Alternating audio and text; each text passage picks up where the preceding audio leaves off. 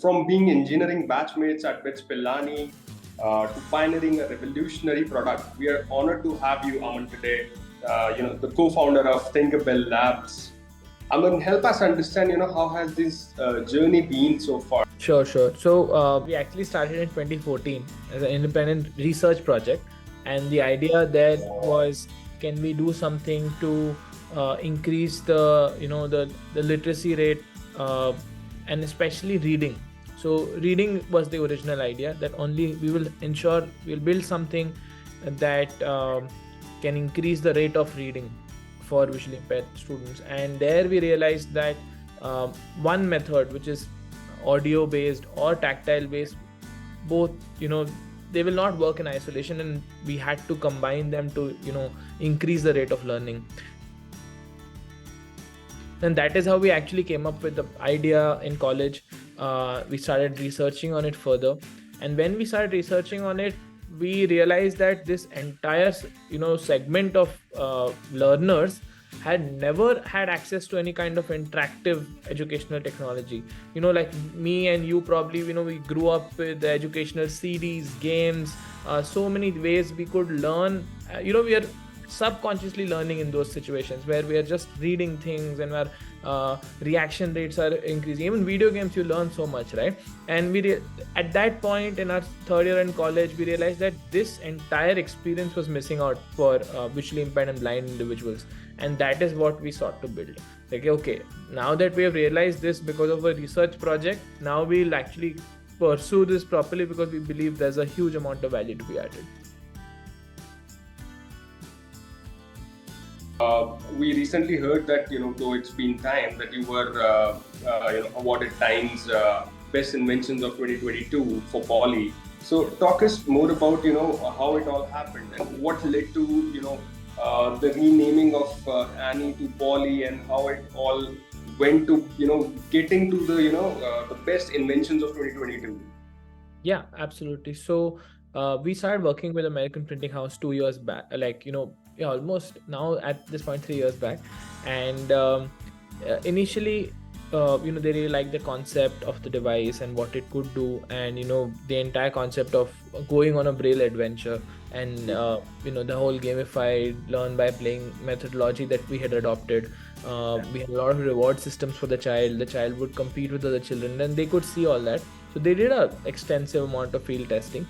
But since American Printing House is a non-profit which works directly with the US government, they had a requirement that it had to be a unique brand. And that is why the brand of Poly was built with them. And obviously, so the US curricula is a bit different. The requirements, educational outcomes are a bit different. So the software and content was also changed as per American requirements. So that is why there is a difference between Annie and Poly.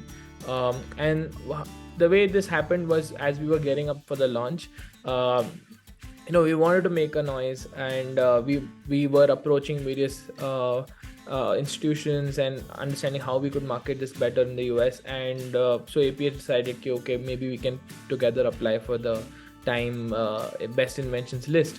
And we had no idea, and we had no expectation whatsoever that we'd get selected for it. And it just happened really, really quickly. But it was incredible because we didn't expect it at all. We were just trying to do our best, our partners trying to do their best, and it just happened.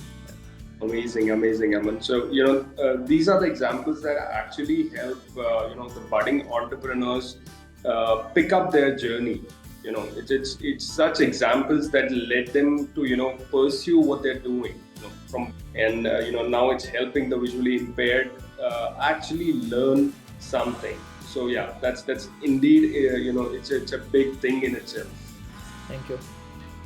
Right. So, Aman, there have been few questions that, we kind of got, once we rolled out that we're going live with you. So how does Shark Tank even help any entrepreneur improve, optimize their journey, their fundings, and, how does it all work? Absolutely. So that's a great question.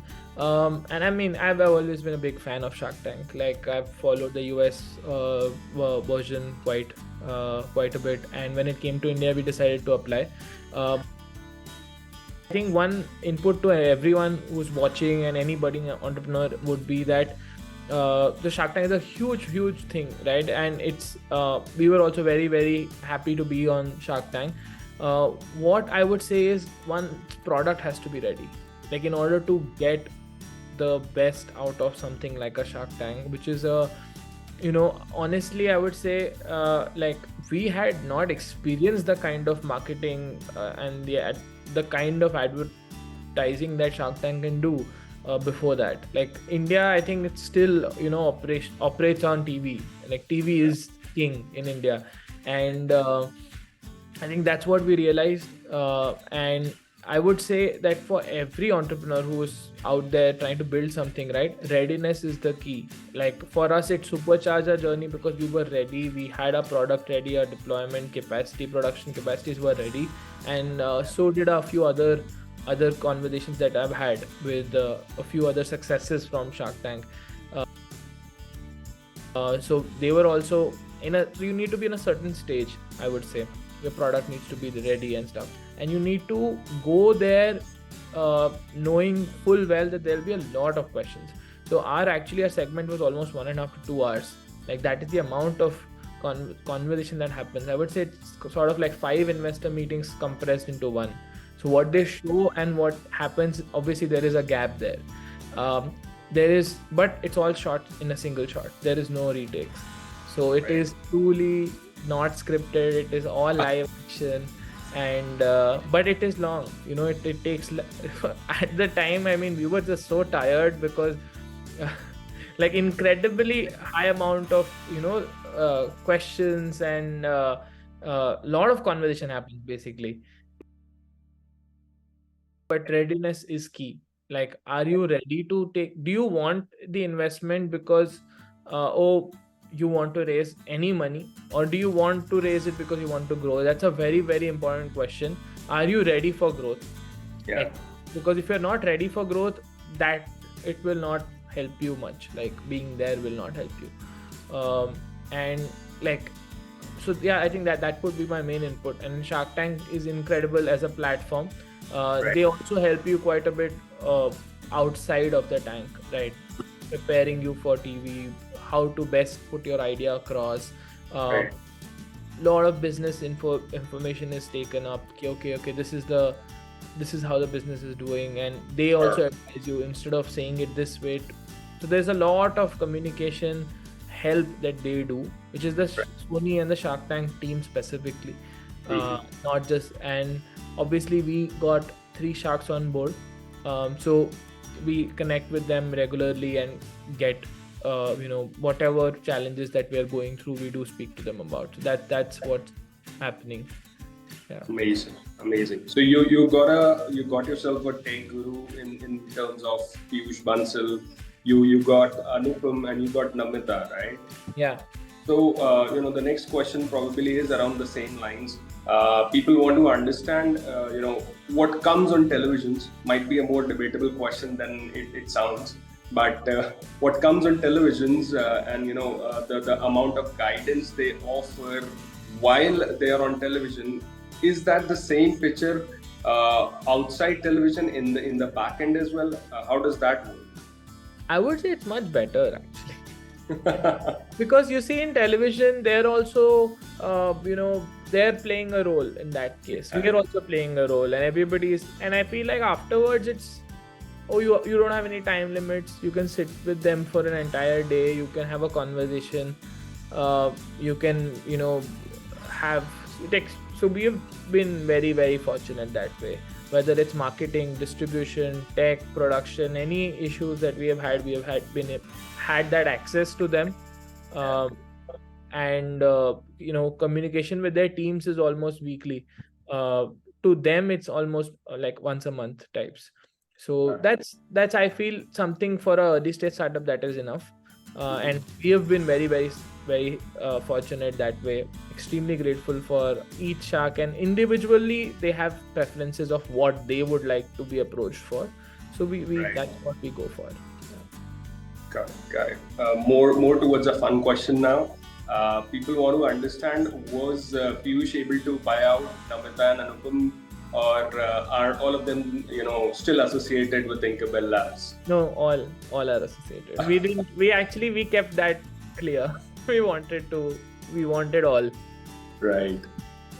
Amazing. For the viewers who do not understand what Braille is or what Braille literacy is, uh, just help us understand. Let's just go back to the basics and let the viewers know what Braille and Braille literacy literally means. Sure. So Braille is a script. It's a script used by visually impaired and blind people. It's a tactile script. It's something that you can touch. And Braille basically has, its versions like Bharati Braille. There is all Indian languages have their own version of Braille, and there's English Braille as well. And what a visually impaired child, the major issue that Braille and its major challenge there is that Braille is being taught through archaic methods, like really old methods of teaching. So currently, if I had to teach you, I would literally have to hold your hand and teach you one letter at a time, and then have you practice it. And then reading and writing are complete mirror opposites. So because when you write Braille, you have to emboss it on the paper, right? So when you're embossing it, you have to emboss the mirror image. Now imagine a class 1, 5-year-old child. You can't expect them to learn, this is the, while reading this is the thing and writing ke liye ulta hota hai. Right. That's something that's not scalable, and that's how it is though. So because of which Braille requires a lot of practice, and this practice comes usually via hand holding, because of which the process is very, it has a lot of bottlenecks. And to put it very simply, what Annie does is we try to ensure, if there is a teacher, can we supercharge those learning outcomes? Can we ensure that one teacher can no longer teach just one student, can they teach 10, 20, 25 students at the same time? This seems very obvious because, for sighted students, you literally sit in a class and up to 50 students can learn at the same time, because Blackboard, the teacher uses a blackboard and just writes and everybody can see. That's not the case for visually impaired students, because of which something needs to be there where they can feel whatever is happening at the same time. So we have done both. We have actually developed lessons of our own, because in India we have our own unique constraints, and Indian constraints are such that many places there are no special educators, and the child goes to a mainstream school, and in a mainstream school often the teacher has no education and no special training to help a visually impaired child. In that case, that's where Annie helps. Annie becomes that expert. Annie already knows how to get the child to a fundamental literacy level. So Annie is a foundational literacy numeracy device. It ensures that the child can become literate on their own. And if there is a special educator, we help them magnify their impact. So that's the way Annie works. And to put it very simply, it's the content and software on Annie is literally games and lessons. Children play games, they become interested, they become more engaged. They, even the parents in, even tier 3-4 cities, they love it, and they send their child to school, because that's also a challenge. That's something that most of us in big cities probably don't know, that like parents don't send their children to school in many cases, especially if they have a disability. So those are the things that we are trying to change. Got it. All right. So while the research game was on for our team, we kind of figured out a couple of more products, though we still wanted to hear it from you, because we couldn't get into the technical aspects of those products, but we were able to figure out a couple of products by the name of Graffiti, which is by Orbit Research, and Monarch by Humanware. So how different or how similar these products are from Annie, and how is Annie probably coming out as a winner if we compare these products with Annie? Awesome. So great questions. So you see, Annie is an educational tool, and the content and learning experience that Annie provides is something like Alexa, which is like an intelligent tutor persona, right? Annie is Alexa with the hardware also built by us. the hardware which is designed for learning. Yeah. And Braille literacy is something none of these devices are working on. Graffiti is a graphic, like tactile graphic device. So is Monarch. And just wanted to put that out there. Monarch is also being developed by APH. Like APH and HumanWare are both doing it together. Right. So in the case of Graffiti, Monarch, you can think of them as display companies or tablet companies. And you can think of us as a Kindle. Right. So, and what we can do is we can actually partner with Monarch and Graffiti, and our content, our games, our applications can run on those. So it's complementary in that way. Currently, these guys are not working on content or software. That's the major difference. In fact, we have been approached already by both the parties in can we have the same learning experience on this? So that's what I would say is the major difference. And you can think of it this way, that what TL or ThinkerBell is trying to do is obviously we built our own hardware, but we want to be the Google in this ecosystem. We want to have the operating system. We want to have the YouTube, which is the content repository of the world. You can see that Google didn't really get into the hardware ecosystem until very late. If we had the choice, we would have done the same. Like our core skill is software, and our core skill is content design, like learning content design. And YouTube for kids is what we are doing in this space. Sure. And anyone like Graffiti, Monarch, they will also need content to actually push their product into the market and actually help learning outcomes being met. So that's the value we can add to them, and that's where we see that relationship going as well. Sure. So to put it right, if the collaboration happens, this is going to be a game changer for the visually impaired. Yeah, absolutely. So because you see that once tablets come in which are completely tactile, and that's what Graffiti and Monarch are trying to do. Once they come in, it'll just grow like crazy, because then the next layer of value creation will happen. Like it's very similar. It's going to be like the mobile and tablet revolution that we have seen. When mobiles came in, then applications started being made on top of that, which added value to the user. That is what is going to happen in this industry. In the next 5 years, in the next 10 years, such things are going to become more and more affordable. Like if you probably notice that Graffiti is probably retailing for $15,000 or maybe $20,000. And all of these things will come down in cost in the next 5 to 10 years. And as they come down in cost, applications and lessons, content is where the game will be. And that's where we are currently. So that's the next future. There's always an inspiration behind the hard work, the smart work that you put into, grow your business, grow your product. So what's your personal inspiration to get into, a product like Annie and, do something for the society, do something for the visually impaired? What's that personal inspiration that goes into this? I'm glad that you asked. So actually all four of us have very different reasons.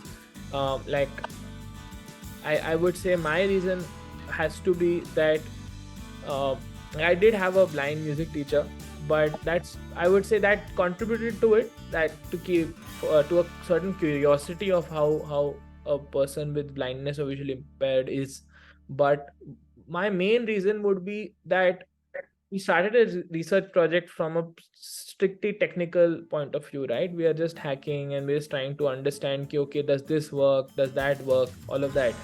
But the first time we took a prototype to the school, right, we realized what I told you earlier, which is we realized that this entire these children had never had access to such interaction. Like interactive content was so new that a class 4 child was playing with a basic ABCD game that we had built.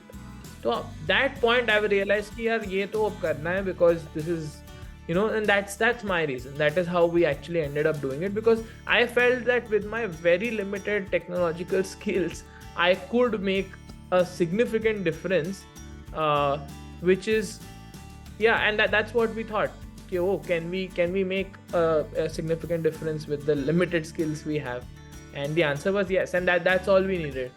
Obviously, running a company is all sorts of things, but the core motivation is usually something very specific. This is something where you'll love few of the questions. Out of which the first one goes like, can you share any quirky office traditions or rituals at ThinkerBell Labs that keep the team motivated? Okay, I would say one is something like as close to if people watch Brooklyn Nine-Nine from the Netflix show, then there is this thing called Jimmy Jabs, which is like a version of games that happens like Office Olympics. So we have done that many times. Like at this point, I think third or fourth version is gonna come, and we do that to keep people really motivated. And I think normally we rotate who does it as well so that people can play. But it involves a lot of silly games within the office, and it's very interesting. Wow, that's what keeps the environment lively. So amazing. So if Annie had a personality, what do you think her catchphrase would be? Oh, Annie would definitely be the adventurer type of personality. And that's how we have built her as well. And it would be, catchphrase would definitely be, let's go on an adventure. Like, let's just do this. Let's do something we are afraid of, but we're gonna do it anyway. So that would be Annie's catchphrase. Good. What's the most unexpected or hilarious feedback you've received from a user of your products? Oh wow, okay. Color matters to visually impaired and blind people quite a bit. You cannot assume that it doesn't. But yeah, color matters a lot. What it looks like, what it feels, how they are perceived by others because of the color of the device that they have. So it matters a lot. And in the world of assistive technology, if you could have a superpower, what would it be? In the world of assistive technology, well, the superpower would be knowing everybody. Where is everybody? Some way to just mentally connect with, this is where all the people with disabilities are, because that's a big challenge. Even the governments are, all over the world are dealing with this one challenge, because just keeping track of so many people with different disabilities, different challenges is huge. And I feel like India will solve it before everybody else because of Aadhaar and the disability Aadhaar that they're working on. So I'm very, very, optimistic that I think India will crack it first. Probably end this with one advice or a life lesson that you could like to share with the the budding entrepreneurs and the change makers of the world. What's that advice? Well, I would say, and this is advice that has been given to me time and again, both the good and the bad are not as intense as you think they would be. So if you do something good, modulate it. If something goes bad, modulate it. Like when you feel because something goes well, you feel amazing, or when something goes bad, you feel terrible. Both need to be modulated, because honestly, persistence is the name of this game, right? Like, because you can't measure your success, you cannot compare with others. It is your own path, and it's very hard to follow that. And that would be the main advice. Keep going. If not for this product, it will work out with something else. If not for that, something else will work out. As long as you keep going, you keep learning. But that's why persistence, and I feel like this is the most given out advice. Sabhi log yehi bolte hain. But it is like, the twist I would give it to is ki whatever happens, you need to keep your A game on, and keep going, most importantly. Well put up, Aman.